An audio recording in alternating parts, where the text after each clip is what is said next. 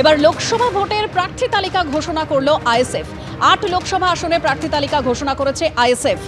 মালদা উত্তর আইএসএফ প্রার্থী মোহাম্মদ সোহেল, জয়নগর আইএসএফ প্রার্থী মেঘনাথ হালদার, মুর্শিদাবাদ আইএসএফ প্রার্থী হাবিব শেখ, বারাসাতে আইএসএফ প্রার্থী তাপস বন্দ্যোপাধ্যায়, বসিরহাট থেকে লড়ছেন আইএসএফ প্রার্থী মোহাম্মদ শহীদুল ইসলাম মোল্লা, মথুরাপুর আইএসএফ প্রার্থী অজয় কুমার দাস, শ্রীরামপুরের আইএসএফ প্রার্থী শাহরিয়ার মল্লিক, ঝাড়গ্রাম আইএসএফ প্রার্থী বাপি সোরেন।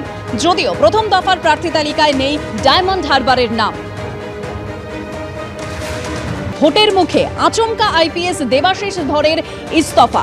2021 ভোটের সময় কোচবিহারের এসপি ছিলেন দেবাশিস ধর। শীতলকুচি কাণ্ডের পরে সাসপেন্ড হয়ে যান দেবাশিস ধর।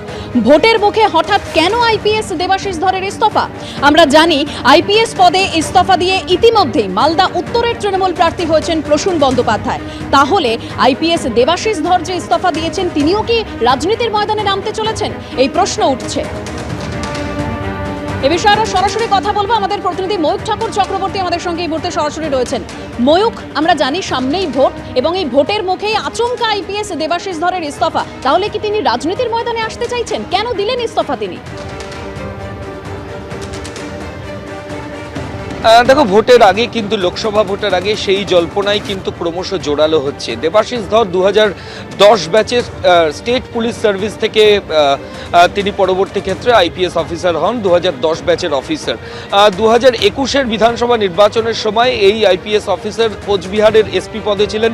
নির্বাচন কমিশন থেকে এসপি কোচবিহার করেছিল এবং সেই সময় শীতলকুচিতে কেন্দ্রীয় বাহিনীর গুলিচালনার ঘটনা ঘটে, বহু মানুষের মৃত্যুর ঘটনা ঘটে এবং তার পরবর্তী ক্ষেত্রে রাজ্য সরকারের তরফ থেকে এই দেবাশিস ধরকে সাসপেন্ড করে দেওয়া হয় একটা ইনকোয়ারি করে। যদিও মাস 6 আগে দেবাশিস ধরের সাসপেনশন সেটা উইথড্র করে নেওয়া হয় এবং তিনি অফিসার অন কম্পালসারি ওয়েটিং বা ওসিডব্লিউ এই পদে ছিলেন।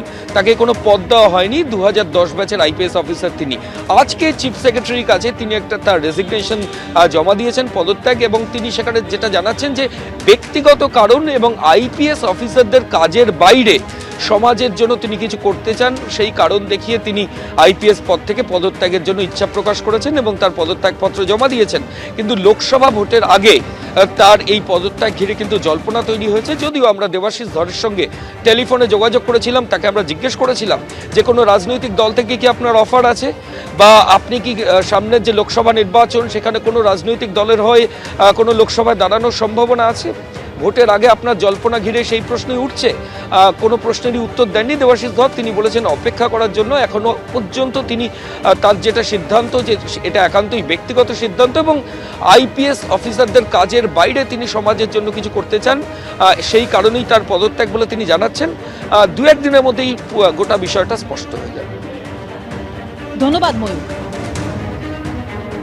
আমরা দেখেছি এর আগে আইপিএস পদে ইস্তফা দিয়ে মালদা উত্তরের তৃণমূল প্রার্থী হয়েছেন প্রসূন বন্দ্যোপাধ্যায়। প্রসূন বন্দ্যোপাধ্যায়ের পর এবার আরেক আইপিএস এর ইস্তফা।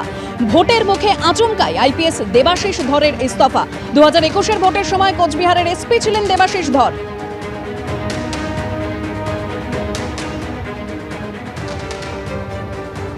আমরা দেখেছি কিছুদিন আগে রাজ্য পুলিশের ডিজি রাজীব কুমারকে বদলি করেছে জাতীয় নির্বাচন কমিশন, আর এবার ভোটের আগে 4 ডিএমকে বদলি করল কমিশন।